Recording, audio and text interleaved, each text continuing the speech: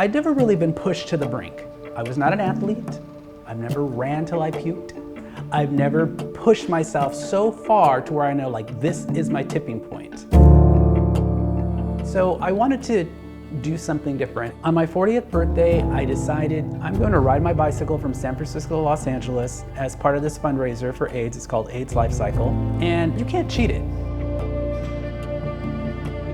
On the ride was the very first time that I experienced a time where you're 3/4 of the way up this hill, and no matter how much you say, I can't do it, I can't do it, I can't do it, you have to do it. You can't just stop. I had never done that before. I had never pushed myself beyond. Getting to the top of that hill and then, just going downhill and feeling the air hit your face, that feeling of accomplishment, the immediate, oh my gosh, I thought I was gonna die 15 seconds ago, and now I'm flying downhill and I'm ready for another 20 miles. There were people that went to the top of the hill and then came back down the hill and rode it again and helped push people up the hill. And they would do this 2 or 3 times. And I feel like I am that person pushing my clients when we're coaching and they're struggling to get to the top of that hill. All right, good morning, guys. Did everybody have a little bit of breakfast? Everyone's got coffee and then they're ready to go. Excellent. Welcome. Welcome back to some of you.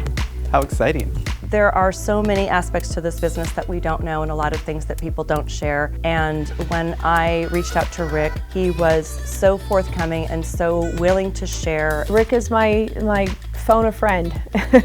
He's my lifeline when I go, okay, I gotta run this by Rick, or I got another crazy idea, I gotta see what Rick thinks of this. At first I was like, oh God, who's this this really cute guy with the sleeves, He was a little intimidating, but he's a great guy, really down to earth.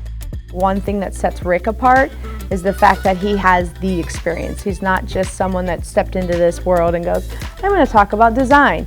He's actually walked the walk. He has a lot of different things to draw from, and he knows what designers need to grow their business. It gets a little lonely sometimes, this business. I spent many years not saying things out loud. And I remember thinking, how am I going to get myself out of this one? How am I going to make it through another month? And not having anyone to ask or to confide in. So I know how hard it is to be vulnerable. For each attendee, I spend time handwriting a thank you note to express my gratitude and show them I'm paying attention. Just so that they know that they've been heard. He is very inclusive and makes you feel like you are a part of something bigger, which is why I think coming to the Design Biz Retreat is so important, because you feel like you're a part of a bigger community. Being able to say things that you wouldn't normally say out loud is so important. It takes a lot to say, hey, listen, I was not profitable this year. I am not making money. I haven't paid myself in 2 years. And the person sitting across from you says, you know what? Me too, or that's where I was, but I'm not anymore, and this is why. The moment that trust is established and you're able to say those things out loud, the feedback and response is what you need to move forward.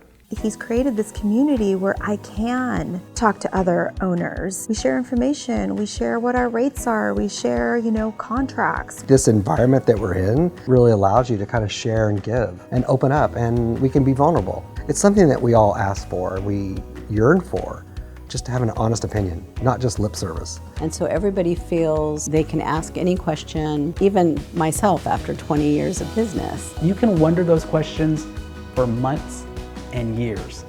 And until you finally invest the time to talk to someone, whether it's a business coach or a peer, another designer, you'll never overcome them.